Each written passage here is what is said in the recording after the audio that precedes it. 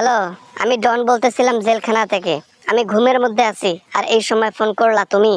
হ্যাঁ, প্রতিদিন শুধু ফোন করো। আরে ভাই, আমি তো স্বীকারোক্তি দিয়েছি রে ভাই। আমাকে বিরক্ত করিস না, আর আমার ভয় লাগে, ভয় লাগে আমার। বন্ধু ডন, আজকে বন্ধু হয়ে তুই আমার সাথে এমনটা করছিস। আমি সালমান শাহ বেঁচে থাকলে কি তোদের খুব ক্ষতি হতো? আরে বেটা, আমার জন্য তো লাইফ খারাপ করলি, আর শেষে কিনা আমাকেই উপরে পাঠাই দিলি, একটু মনে পাজলো না? তোমার বউয়ের ভালোবাসার কারণে আমি এটা করতে বাধ্য হয়েছি। ভালোবাসার জন্য মানুষ জীবন দেয়, জীবন নেয়ও। এজন্য আমি তার বাইরে যাইতে পারি নাই। তার ভালোবাসায় মুগ্ধ হইয়া যেটা বলেছে আমি সেটাই করতে রাজি হয়েছি। আমার বউয়ের ভালোবাসাটাই তোর কাছে বেশি হয়ে গেল? আরে বেটা, যদি আমার বউয়ে তোর সাথে রিলেশন করতো তাহলে তোরা চলে যাইতি, আমাকে ডিভোর্স দিতে বলতি সামিরাকে। তারপরও তুই আমাকে কেন এরকমটা করলি বলতো দেখি দোস্ত? আবেগে করেছি। প্রথম প্রথম না করে দিতাম যে না, আমি এসব করতে পারবো না। কিন্তু যখন দেখলাম ভালোবাসার সাথে সাথে 12 লাখ টাকা ফ্রি, 12 লাখ টাকার অফার দিচ্ছে, তখন আর আমি না করতে পারিনি। টাকা আর ভালোবাসা দুইটা জেতার জন্য করেছি। আর এখন তুই স্বীকারোক্তি দিলি, এখন জেলের মধ্যে আছিস।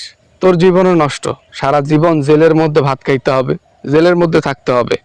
কি এটা করে কি কোনো লাভ পাইলি? আর রইল সামিরার কথা, ওটাও শেষ হবে। দোস্ত, দোস্ত রে, ক্ষমা করে দে দোস্ত, ক্ষমা করে দে, মাফ করে দে। এখন বুঝতে পারছি আসলে কেন আমি এই ভুলটা করছি। এখন বুঝতে পারি এসব, কিন্তু এখন বুঝতে পেরে এসে আমার কোনো আর লাভ হবে না। মাফ করে দে দোস্ত। ক্ষমা? কিসের ক্ষমা? ক্ষমা আমি কখনোই তোকে করব না। আজকে তোদেরকে দেখে বন্ধুত্বের ভালোবাসা থাকবে না, বন্ধুত্বের বিশ্বস্ত থাকবে না, বউয়ের প্রতি ভালোবাসা থাকবে না আমাদেরকে দেখে। কারণ আমরা যা করলাম তা ইতিহাস হয়ে রয়েছে। একটা বন্ধু একটা বন্ধুকে বিশ্বাস করবে কেমনে? হ্যাঁ, আমি জানি আমি যা করেছি তার জন্য বন্ধুত্বের একটা নষ্টের সম্পর্ক তৈরি হয়েছে। আর এই বন্ধুত্ব নষ্টের কারণে অনেক বন্ধুত্ব নষ্ট হয়ে যাবে এবং বিশ্বাস উঠে যাবে। অনেক বউয়ের প্রতি ভালোবাসা উঠে যাবে, আমি জানি। তুমি জানা সত্ত্বেও তুমি এই কাজটা করলা। হ্যাঁ রে বন্ধু, তোমার লাইফ সেটেল করলাম আমি, আর শেষে কিনা তুমি আমাকে সরিয়ে দিলা। কি করতে পারছো জীবনে? আর আজকে আমি বেঁচে থাকলে তোমার জীবনে আরো ভালো কিছু হইতে পারতো। ভুল হয়েছে রে বন্ধু, ভুল হয়েছে।